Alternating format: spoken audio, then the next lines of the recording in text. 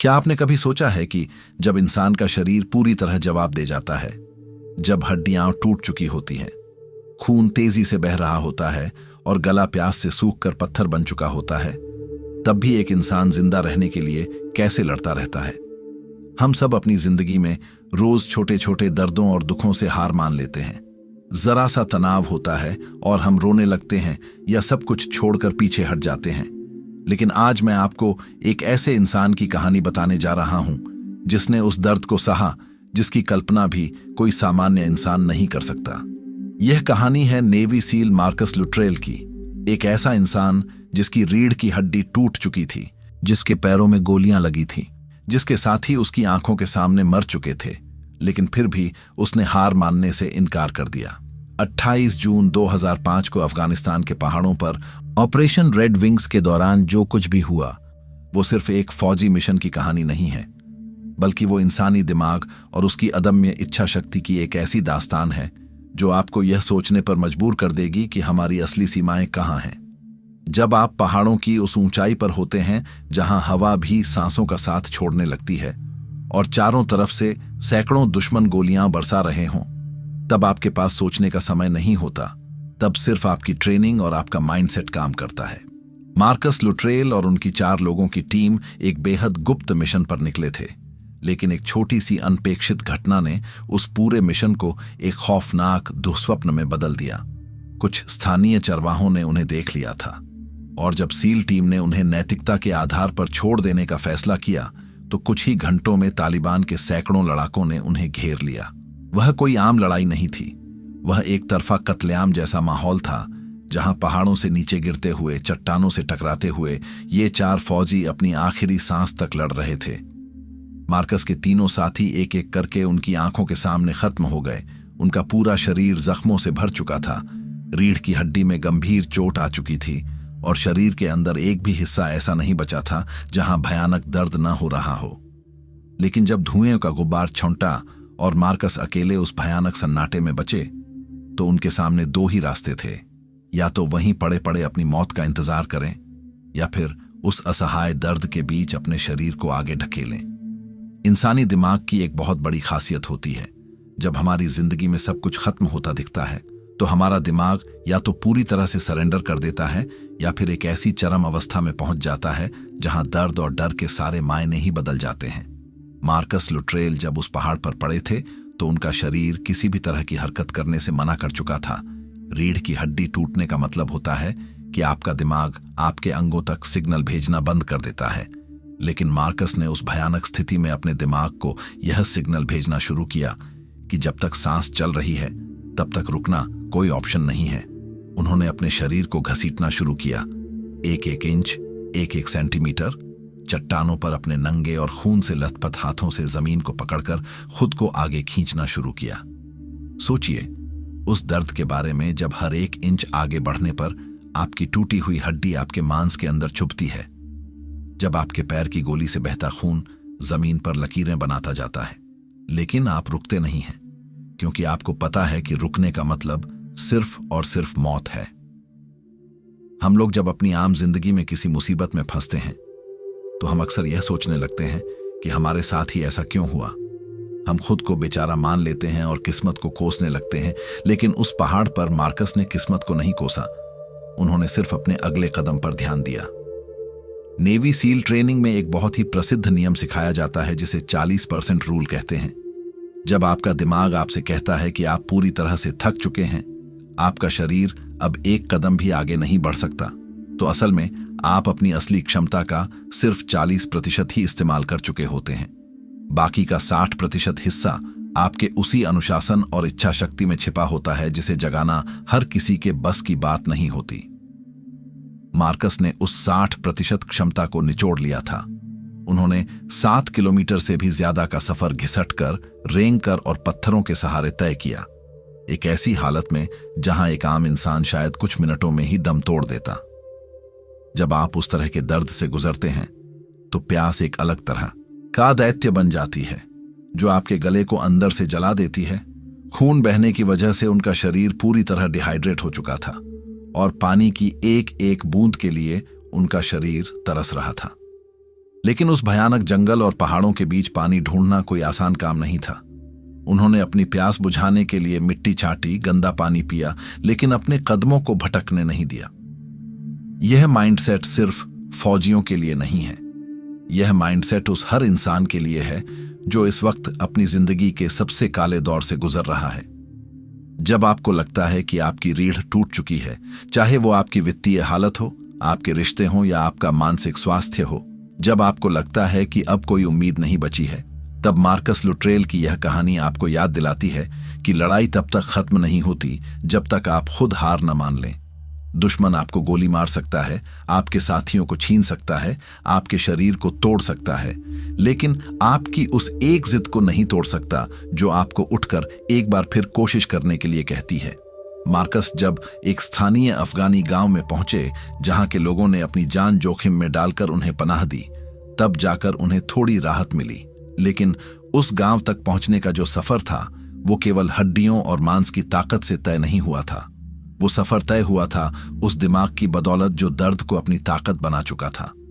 हमें अक्सर लगता है कि हीरो वो होते हैं जिनके पास कोई खास शक्तियां होती हैं या जो कभी दर्द महसूस नहीं करते, लेकिन असली हीरो वो इंसान होता है जो दर्द से थर थर कांप रहा होता है, जिसकी आंखों के सामने अंधेरा छा रहा होता है, लेकिन फिर भी वो मुस्कुराकर कहता है कि मैं एक कदम और चलूंगा।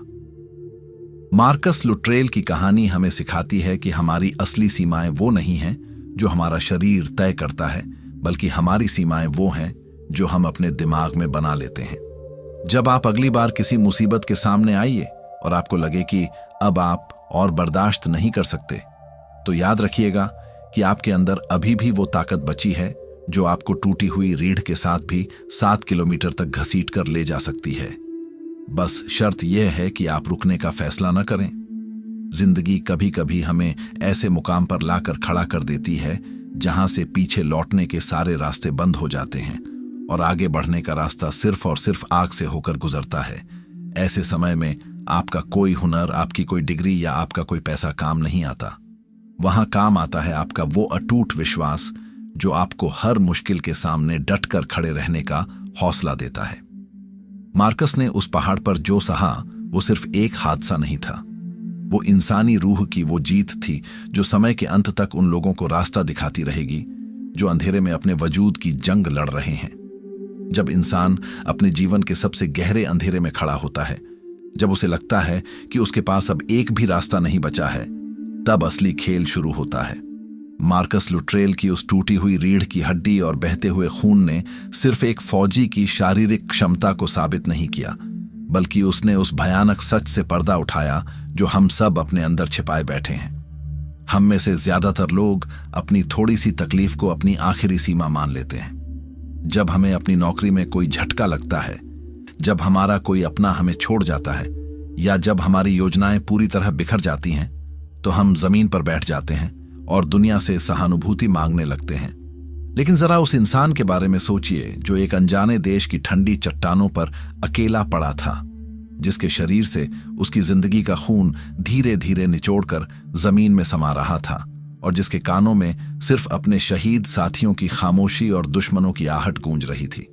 उस वक्त मार्कस के पास कोई सहानुभूति देने वाला नहीं था, कोई उन्हें यह कहने वाला नहीं था कि सब ठीक हो जाएगा।